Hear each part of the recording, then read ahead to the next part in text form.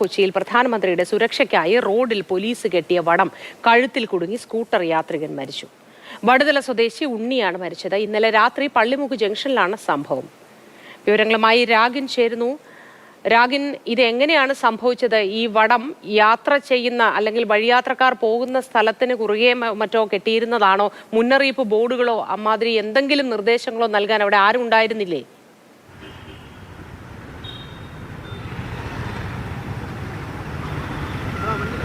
കഴിഞ്ഞ രാത്രിയാണ് അതിദാരുണമായിട്ടുള്ള സംഭവം ഉണ്ടാകുന്നത്. അതായത് വളഞ്ഞമ്പലം ഭാഗമാണിത്.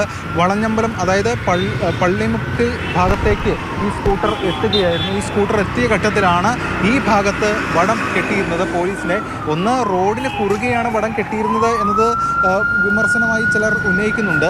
അതോടൊപ്പം തന്നെ ഈ പോലീസ് ആ ഭാഗത്ത് നിലയുറപ്പിച്ചിരുന്നു. പോലീസ് ഈ വാഹനം ഇതിലെ കടന്നു പോകുന്ന ഘട്ടത്തിൽ കൈ കാണിച്ചിരുന്നു, പക്ഷേ നിർത്തിയില്ല എന്നതാണ് പോലീസിൻ്റെ വാദം. പോലീസ് പറയുന്നത് വാഹന പരിശോധനയുടെ ഭാഗമായി തന്നെ, അല്ലെങ്കിൽ ഈ പ്രധാനമന്ത്രിയുടെ സുരക്ഷയ്ക്കായി MG റോഡ് ബ്ലോക്ക് ചെയ്തിരിക്കുകയായിരുന്നു. അതിലൂടെ വാഹനം കടന്നു പോകേണ്ടതായിട്ടുണ്ടായിരുന്നു. അതുകൊണ്ടാണ് കുറുകെ വടം കെട്ടിയത്. വെള്ള നിറത്തിലുള്ള വടമാണ് കെട്ടിയത്.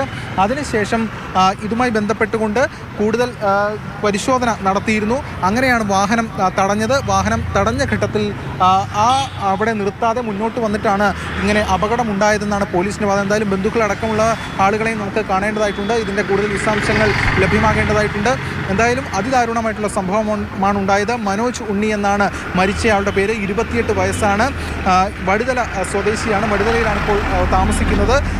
എന്തായാലും ഈ സംഭവവുമായി ബന്ധപ്പെട്ട് പോലീസ് ഉൾപ്പെടെ അന്വേഷണവും അല്ലെങ്കിൽ ഇതുമായി ബന്ധപ്പെട്ട കാര്യങ്ങളും ആരംഭിച്ചിട്ടുണ്ട്.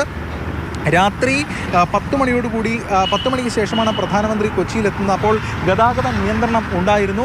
അതിൻ്റെ ഭാഗമായി ഗതാഗത നിയന്ത്രണത്തിൻ്റെ ഭാഗമായി തന്നെയാണ് ഇവിടെ ഈ പരിശോധനകളും മറ്റു കാര്യങ്ങളുമൊക്കെ നടന്നത്. അങ്ങനെ വടം ഈ കുറുകെ കെട്ടി എന്ന ഒരു കാര്യം ഉണ്ട്.